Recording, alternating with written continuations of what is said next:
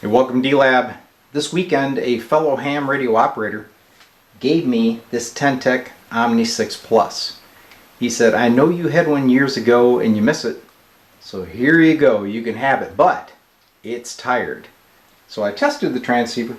It's got great receive, full output. However, this display is extremely dim. It should be more than double that brightness. So I've already took a look at the manual and the schematic, and I believe I know what's wrong, but first let's test the intensity adjustment and we'll go from there. So on the Plus model, to adjust the intensity of the meter and the display, you press and hold lock, choose menu 1, dial until you see intensity. See, I can turn it down, I can turn it up, but that is maximum intensity, which is not correct. So here's where I think the problem is. This circuit card that sits on top of the chassis. It's a low-level driver and noise blanker board. The part number is the 81608. Looking over the schematic, I saw these two regulator transistors. Q19 is a voltage regulator. It should be putting out 8.5 volts. This transistor Q18 is for the variable dimness for the display and the meters. This is obviously working, but I suspect that the voltages are low coming off of this regulator output. Well, here's a schematic right out of the manual. Let's zoom over here to Q19. So I made some updates with a pencil. The emitter should have 13.5 volts on it. The collector should have 8.5 volts, and that is being set to that level by this regulator IC. So let's go ahead and test those. Alright, let's buzz out the voltages on these two transistors. I've already identified the leads with a pencil, so I can't get it wrong. So here is Q19's emitter. There's that 13.57. And here is the collector. And I would expect to see 8.5, and we're high. 9.85. Here's the base. The base is not specified on the schematic. And then we have Q18, which is the driver for the lamps. Here's its emitter, collector, and base. So I need to address the out of tolerance voltages on Q19 first. Now, as you know, a lot of these radios suffer from dried up electrolytic caps, and the ones on this board are all original. Two of the caps go direct to this IC and the driver IC. So for the fun of it, let's just change those caps and see if that solves the problem. If not, we'll have to go deeper. Alright, back to the schematic. If we take a look at Q18, that's the display dimmer circuit. Pin 3 of this IC has a 1 microfarad 50 volt cap strapped to it. The voltage regulator IC on pin 5 and 6 has a 10 microfarad 16 volt cap. Now, I'm not one of these guys that like to just shotgun parts, but due to the age and save myself some troubleshooting, we're going to go ahead and change those two caps. So luckily, Ten-Tech designed this to be maintenance friendly. Just unplug some connectors and swing the board up and get right to those caps. Alright, new caps are in place. No difference on the display. Voltages measure identical. So I'm going to have to do a little bit of investigating, see if I can determine what the voltages should be on the regulator IC that's feeding these transistors. Definitely got to get that 8.5 volts where it should be. So going back to the schematic, you saw my voltages on this output transistor were way off. This output voltage was high, and so was the base. So I decided, let's go back and take a look at this voltage regulator. Pins 10 and 11. You see the 11 goes up here to the 13.5 volts, and it's also supplying the base. And then 10 comes around to the collector. So if you look at U4, you see this transistor junction? I thought, if that junction is shorted or leaky, it sure would stop that transistor from regulating, and obviously the voltages would be higher. So let's take an ohm meter and just measure pin 10 and 11 with the transistor disconnected. There shouldn't be anything. It should be almost an open circuit because of that junction. Let's see what we get. So Q19 is disconnected, so the output of that regulator chip should be floating. 8, 9, there's 10 and 11. So I got 200 ohms. I'm going to flip my leads, because if that was a transistor junction, it'll change, right? 200 ohms. That is really odd.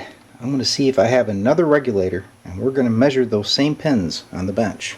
Well, I didn't have any of the regulators, but I spotted these vintage ECG 923Ds online for sale. Got a great deal on them. So I'm going to be installing the new regulator using an IC socket. But before we do that, I need to measure pins 10 and 11 and see if it's 200 like the one that's in the Ten-Tec. Here we go. I'm just going to check pins 10 and 11 like we did inside of the Omni. So this is pin 1 up here. 7, 8, 9, 10, and 11. I have about 450 k ohms, not 200 ohms. So guess what? I'm sure we have isolated the problem. Let's put it in and see what it does in the Ten-Tec. Okay, I've got the board lifted up. I'm going to take some of this Chemtronics solder wick and desolder that old IC, install the socket, and that way in the future it'll be easier to change that out if this problem comes back. Alright, old chip is out, the new socket is installed. I'm using a military grade socket, so the pins are round and it grips all the way around the leads of that chip. The cheap sockets only have like a little metal flap and only makes contact on one side. Avoid using those. You can find these military ones fairly cheap and they do a much better job. Now I'm going to solder in the chip. I always use the Capacitor 6337. It's got a nice rosin core. I'm only going to solder in one pin on camera because I'll probably have my hands in the way, and I like to do this under a magnifying glass. So there's the first pin. I put the soldering iron on one side of the pin, feed the solder from the other. Alright, I'll get the other one soldered in, we'll cut back. Well, there's the new voltage regulator. Get in close so you can see those sockets on the little IC socket base. Sure hope this takes care of it. Indications look good, but we won't know until I fire it up. Alright, moment of truth. Have my little external power supply at about 13.5. Here we go.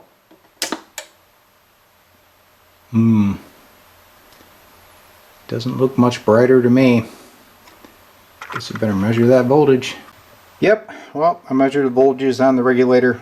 It went up about 0.2 of a volt. Actually went the wrong way. I'm up to 10 volts now. We need 8.5. Still got something going on. So I'm remeasuring the new chip across pins 10, 11. Guess what? Still got the 200 ohms. So there must be something else in the circuit that's messing with me. I'm going to study the schematic, see if I can come up with a new game plan. So it appears as though I may have been troubleshooting something that wasn't broken. I did swap out Q19 voltage regulator to see if that affected the 8.5 volt rail, and it does not.